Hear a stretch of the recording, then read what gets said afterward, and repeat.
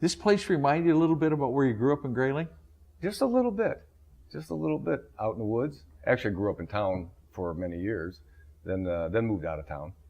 After my dad died, my mom and I bought my uncle's farm because he moved back to Ohio, and out in the woods. But growing up in this area, yeah, it's an awful lot like Grayling. It's just absolutely gorgeous country around here. Grayling, a fun place for you? I mean, as a kid? Because you originally were from northern Ohio, right? Right, yeah, actually from Cleveland, Ohio. We moved up, originally we moved up because Ray Snyder, who owned Ray's Canoe Livery, he was my dad's shop teacher in Ohio. And he and Dad became very close because my dad lost his dad when he was young. And Mr. Snyder ran a outdoorsman's club, outdoor for guys in the high school, basically Boy Scouts. And Dad and Mr. Snyder held a relationship. You know, they rode back and forth. And so for 1 year for the family vacation, we're going up to Grayling. And the first thing Mr. Snyder did was put a fly rod in my dad's hand and a pair of waders on and kicked his butt into the Sabo River, and that was it. He was hooked. Came up for a few more years, and then next thing I know, the folks said, how would you like to live in Grayling? We're coming up. They bought a small little motel in town. Dad started his painting business up, remodeled the place, and it was a great place to grow up. I mean, had a little four-wheel drive Jeep, 70% of the county state-owned. You know, either had a fishing rod in the truck or a shotgun in the truck or a rifle, depending on the season, and yeah, it was a great place to grow up. Kind of like here, only not as much federal land, but very close by. Oh yeah, absolutely. And when you think about it, I mean, we had some superb trout streams over there. We had the Sabo and the Manistee, of course, but I mean, around here, I mean, within 25 miles, I mean, you've got everything. You know, I mean, you got the, East Branch of the Pine right out here, dumps down into the Pine, which is a phenomenal trout stream. And, you've got the Manistee, you got the Pere Marquette. I mean, and there's a lot of federal land around here. I mean, Lake County is pretty much all federal or state. I mean, yeah, it's a really neat area. Yeah, the northern Michigan. Is it those roots that drove you into wanting to become a SEAL? Most people don't understand that you were selected to be a state trooper, and you said, I want to be a trooper, I want to be CO. Well, what gave you that drive that said you want to be out protecting all this stuff? Well, it started off, Bob, after my dad died. 15 years, I think I was about 15 years old, and my mom and I were out. And we got some deer coming in now too. The deer coming in the back? Yep. There's deer and turkeys. Yeah, deer and turkeys out in the back. We call that our big screen TV, Donna and I do. On the weekends we go out there, throw some bird feed out, a little bit of corn, and sit and watch the wildlife. Anyhow, I was 15 years old. My mom and I were out looking at, we were going for a drive. We're out towards Harvard Pines, and I saw several dead deer, out in the field. And I was a Boy Scout for years, and I'm love for the outdoors. Eagle Scout. Yeah, Eagle Scout. But I love the outdoors.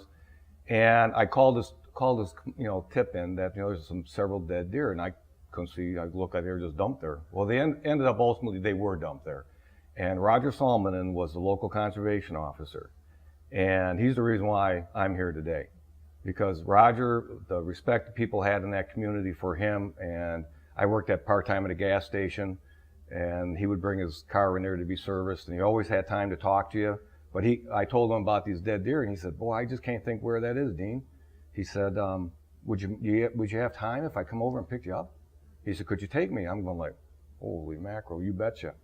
He came and we went, and we almost got there, and he said, oh, I know. He said his partner, Barry Bartelli, and him had been dumping deer there, roadkill deer to feed the eagles that we had. Okay. And but that was the right there, that was the niche. I said, I want to do what this guy does. And it took me about twice that long of age-wise. I was almost 32 years old, actually almost 33 years old before I finally got hired, because the state police had hired me first, but I wanted to be a game warden.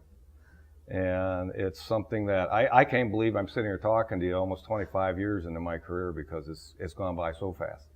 And not only that, but the legacy got passed on. Donna must pull her hair out. She's got, your wife has got a husband who's a game warden, a son who's a game warden, Sergeant in Alpena. In fact, folks have seen him on Ask the DNR too. And the son they haven't seen is Dean, who's a state trooper down out of Southeast Michigan. Right, he's a sergeant out of the Northville Crime Lab, and both of them. Yeah, that is one thing, Bob, about a conservation officer's life.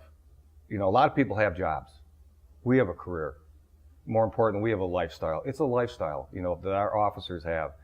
And I know the fact that my boys grew up in the law enforcement surroundings and setting, and my closest friends were mostly state troopers and that.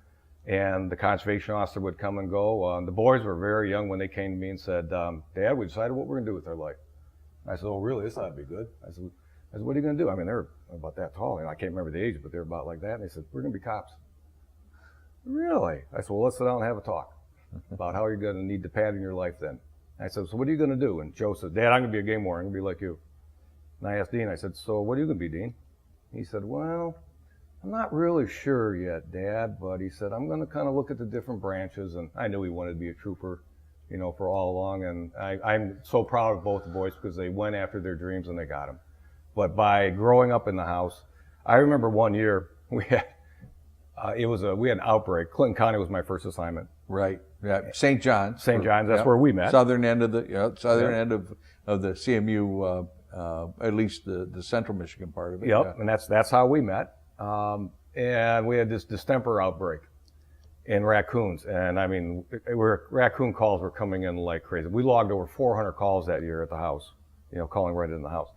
It got to the point that if somebody called up and said, I'd like to speak to the game wardens, I got a, raccoon complaint. Joe, hand the phone to Joe, and he'd sit there and patiently talk to them and walk them through all the steps, things they could do. But it's something we lived as a family, and the boys and I, we got into teaching waterfowl identification, and we did a lot of that year round. We go out to the marshes and watch birds because being a conservation officer, your busy times of year is kind of harder to get away. I was very fortunate. I had some very good friends that would take the boys deer hunting. I'd, get up in the morning, get them ready, and I'd jump in my personal truck and haul them out to the farm, to Steve and Ali Yursko's farm. And Mike Wynn was a deputy there at the time, and he always, Steve and Mike took care of the boys all, and it was phenomenal the way they took care of my boys and gave them that opportunity to hunt. So we did something we could do year-round together, and that was the waterfowl. And, to this day, we all love hunting waterfowl, but just watching them and viewing them. Your career's coming to an end, though. It's getting close. Yeah, and because you can retire in not very long. August, I hit 25 years, and I'd be eligible to retire. When are you going to retire? I'm not sure yet. I'm not sure. Don and I have talked about it quite a bit, and frankly, I absolutely love what I do.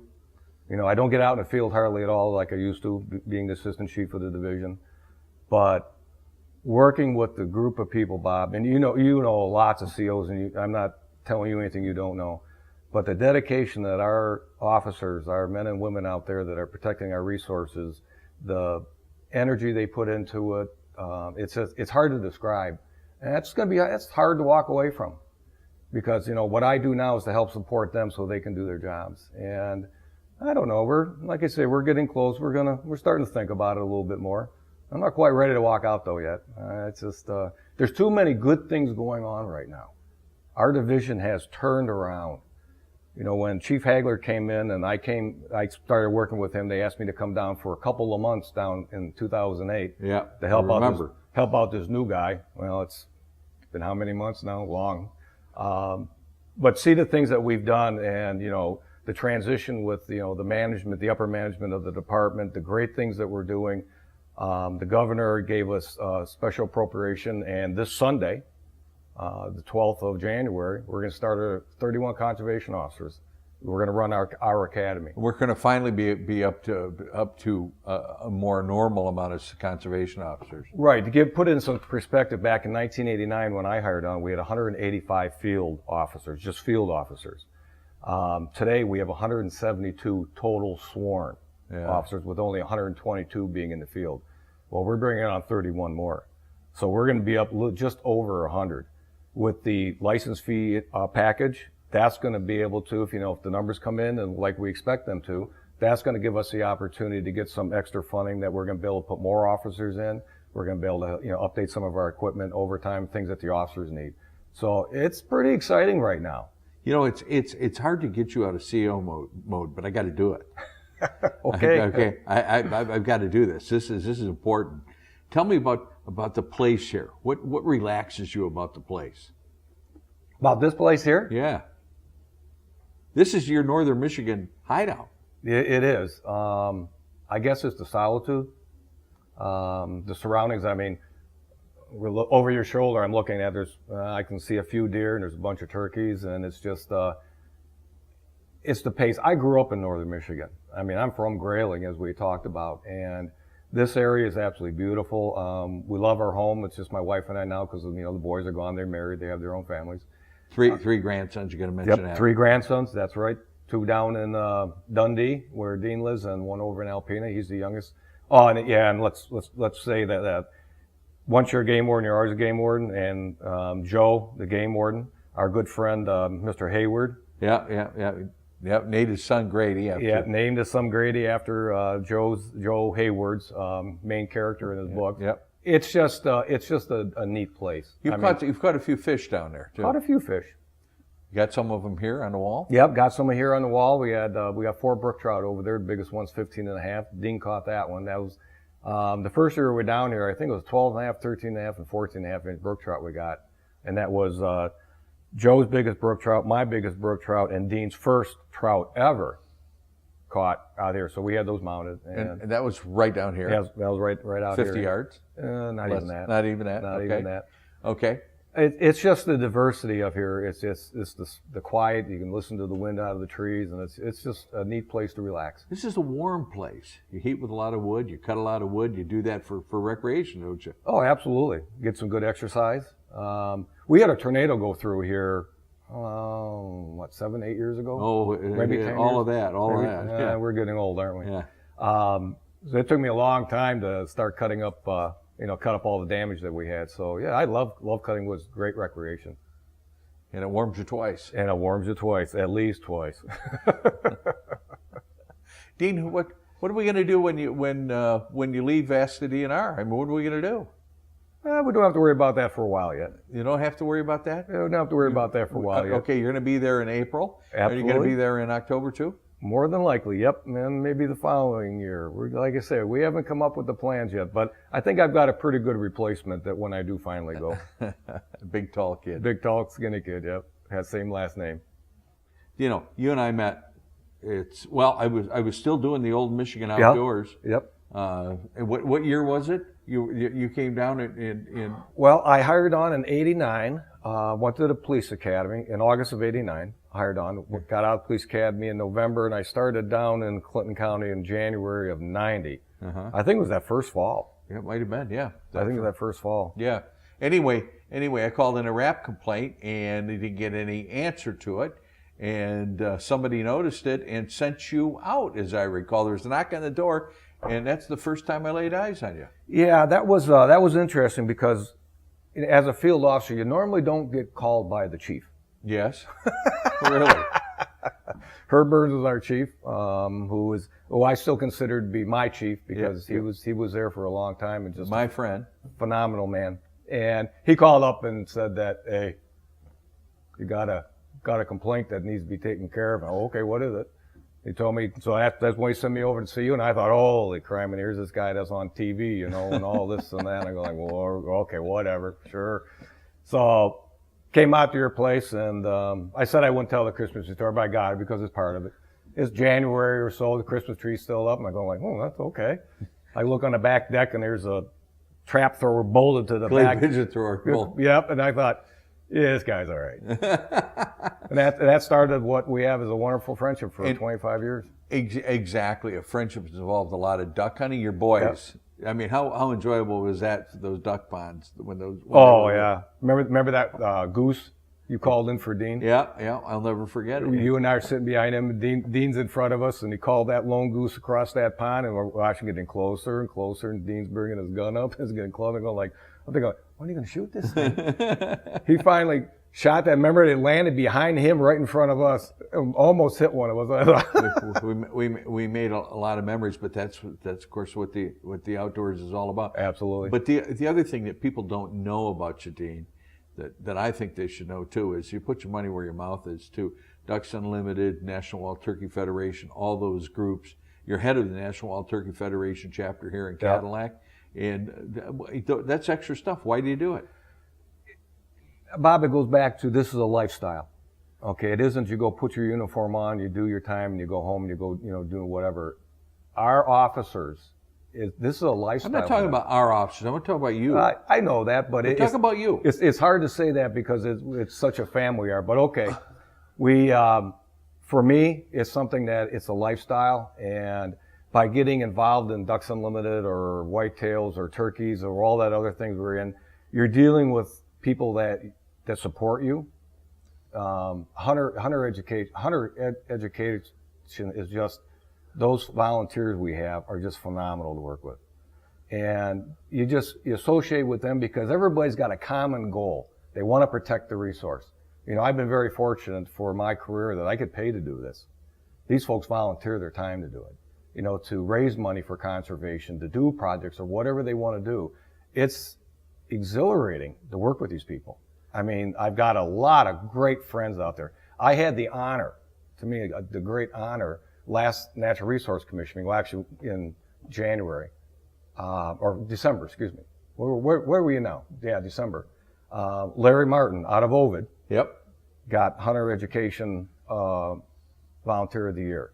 And I was able to present that to him. Larry was probably the very first class that I went and participated in as an officer, was in Larry's. Larry Martin's an old friend of mine too. I mean, just phenomenal, man. And he was so excited about getting us, so honored and so humbled. But that's the type of people that, you know, these organizations have. So you naturally gravitate to them. You're supposed to do a little more, aren't you?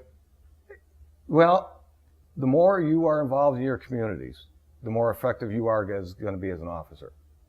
Because when I was in Clinton County, like many of our counties right now, we only have one officer in. You know, some of them have two. But when you've got 576 square miles that you're patrolling by yourself, you need a network of people out there that help you do that. That'll call you and tell you about things happening or tell you where different things are going on, that type of thing. But more importantly, I got a lot of self-satisfaction out of it. Dino, do you remember the time when I got this harebrained idea to do on Michigan Outdoors conservation officers on patrol? Yeah, I do. It's when you said harebrained idea, I wasn't sure which one you were talking about. Could have been any of them. It could have been any of them, but I remember that was something spot I missed in the news show. I got to talk Jimmy into putting that in. But you were the guy. Yeah. I well remember because I had promoted as a sergeant in the training section, and I remember getting a call from you and said, "Hey Molnar, you still got a uniform?" He says, "I got this idea. You still got a uniform?" I go, "Yeah, I got a uniform." Then you went, "Does it still fit?" Yeah. I go, yeah. Go wash the truck. Yeah, go wash the truck. Got a truck, but ironically, remember we had a heck of a time finding a 2-track road in Clinton County that we could film that on.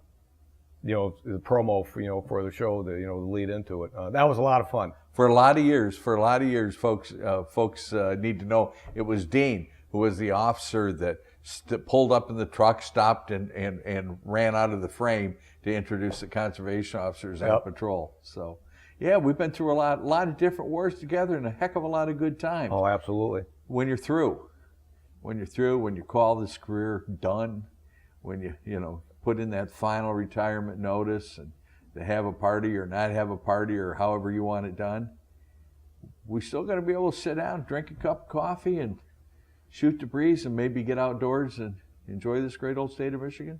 Bob, that's one of the advantages that I'm looking forward to, is that we're actually going to be able to do it more. That's what I certainly hope. Me too. I mean, I love what I do. I absolutely love what I do and the officers I work with. It's going to be hard to walk away, but when I walk away, I'm going to need something to fill it in. So I'm going to be looking forward to doing a lot more fishing, a lot more hunting, a lot more just getting outdoors. And a little turkey calling. One of these days, I'm going to shoot one of those things. This is a beautiful place here. You've got your otter that you've trapped up on the wall that's mounted. It's absolutely beautiful. A collection of elk sculptures that is just incredible. Your caribou. This place is absolutely gorgeous. Beautiful kitchen. Got the turkeys coming in. But you wouldn't have any of this without Donna, would you? I wouldn't have anything, Bob. I would not have a thing without Donna. We're going to be married 38 years in June, and she's still my best friend. And I tell you what, I would not have been able to accomplish in my career, even the career before this one, but more importantly, this one. I wouldn't be where I'm at, who I am, or accomplish what I've done without the support that Donna has given me. She is, like I said, she's my best friend, and we work together. We're a team, and we're like any other married family. You know, we still have our disagreements, but we have always worked together, and I am what I am today because of her, because of the support that she's given me, allowing me to pursue what I wanted to do. She didn't want to marry a cop. No, she didn't want to marry a cop. When we first, because we got married right after I was 20 and she was 18. She got out of high school and we got married. But she had told me she didn't want to marry a cop. And I thought, holy mackerel, I want to be a game warden. So I put that up on the shelf and went to work for Marks Management Corporation for 13 years selling hamburgers, McDonald's, and left there as director of operations of the company. When Donna finally said, she said, you want to pursue your dream and be a conservation officer, she says, I'm behind you. And she always has been. And that's why I'm here today. Folks don't know, but she's always been my favorite part of this dynamic duo.